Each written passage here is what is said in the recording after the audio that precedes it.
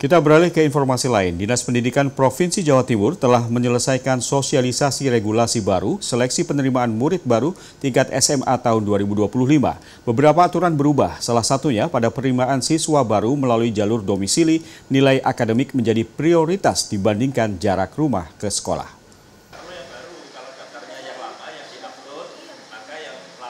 Ada sejumlah perubahan dalam penerimaan murid baru tingkat SMA dan SMK tahun ini. Mulai dari perubahan istilah dari PPDB menjadi SPMB hingga kriteria penerimaan murid baru.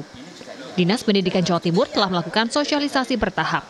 Mulai dari tingkat Kepala Dinas Cabang Pendidikan Wilayah, 38 Dinas Pendidikan, Kantor Kemenak Kabupaten Kota di Jawa Timur, hingga operator sekolah. Dari evaluasi penerimaan siswa baru di tahun sebelumnya ada sejumlah perubahan baru.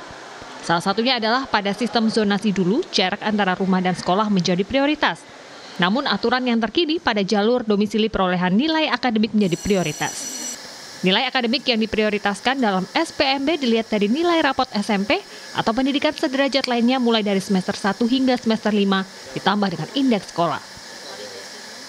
Yang pertama, istilah PPDB berubah menjadi SPMB, Sistem Penerimaan Murid Baru. Kemudian ada perubahan nama jalur ya, dari jalur zonasi berubah menjadi jalur domisili. Kemudian ada perubahan jalur perpindahan tugas orang tua menjadi jalur mutasi. Nah, perlu saya sampaikan di sini bahwa untuk jalur domisili yang menggantikan jalur zonasi ini kriterianya juga berbeda.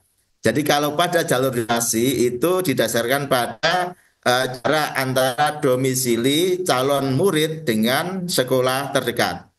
Nah, sekarang untuk jalur domisili yang menjadi kriteria utama, pertama dan utama adalah nilai akademik. Dan di Jawa Timur sudah dilakukan inovasi sejak 2 tahun lalu bahwa nilai akademik itu supaya validitasnya dapat dipertanggungjawabkan, maka kita gabung dengan indeks sekolah. Adanya perubahan sistem penerimaan murid baru ini sebenarnya adalah suatu bentuk evaluasi dan penyesuaian dari sistem yang dijalankan sebelumnya.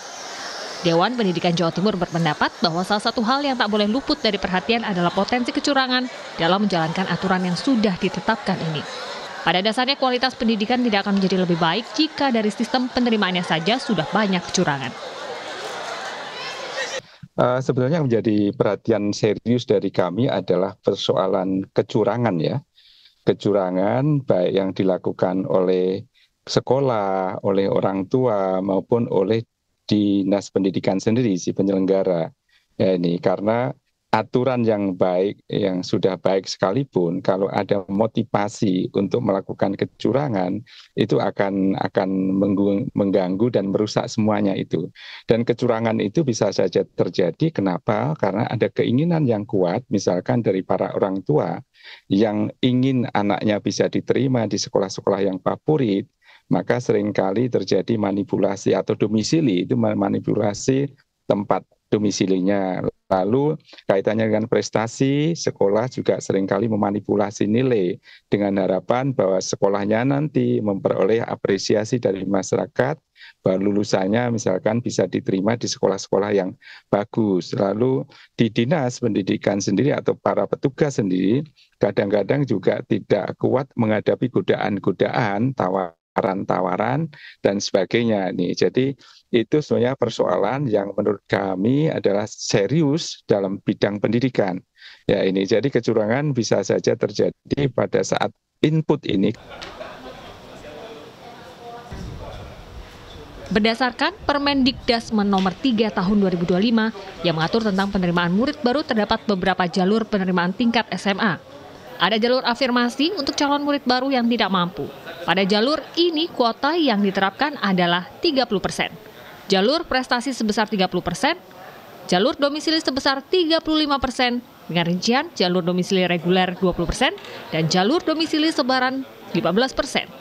Sementara jalur prestasi lomba 5% dan jalur mutasi 5%. Kia Clarissa, Miki Peresia, Surabaya, Jawa Timur.